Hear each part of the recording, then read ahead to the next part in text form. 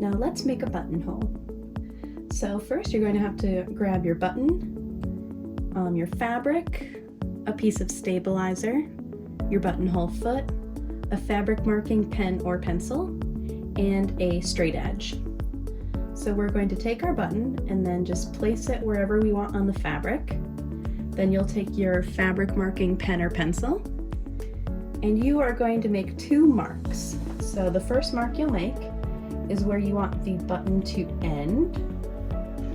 Then you can actually remove the button, and with your straight edge, you're going to just draw a straight line. It doesn't really matter how long, because if you're using a fabric marking pen or pencil, you can get rid of the mark.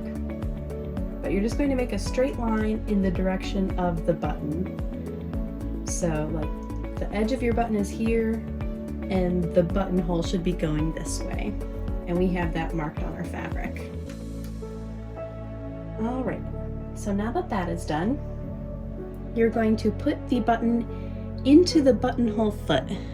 The buttonhole foot is a little bit funky, but you have this here that you can pull in or out, and we're just going to pull it out, and it makes this opening, and you're actually going to put your button into that opening and close it tight around the button.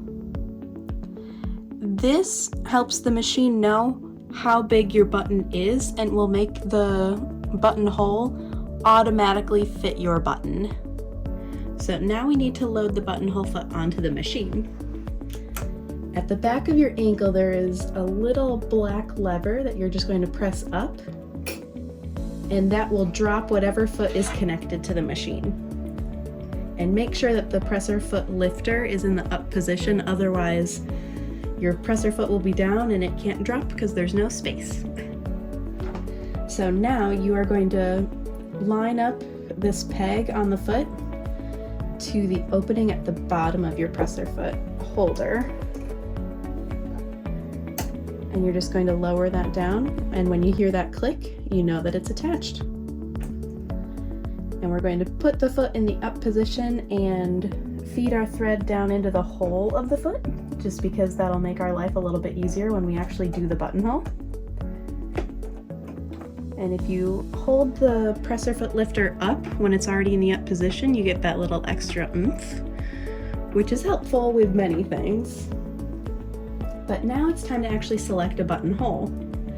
So I'm going to do the most basic buttonhole stitch, which is number 26 in the utility menu. So we're in the utility menu, and I'm just going to move that up to 6 and 26.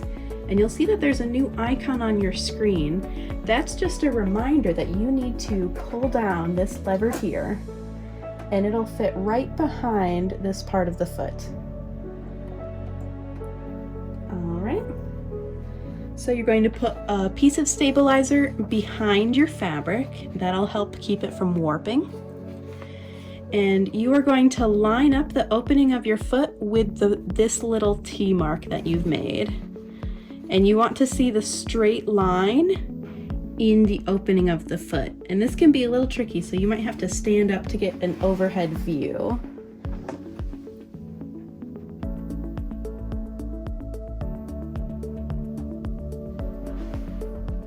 All right, so once you have your fabric in place, you can just sew like normal, and the fabric will go and move automatically, and it will stop.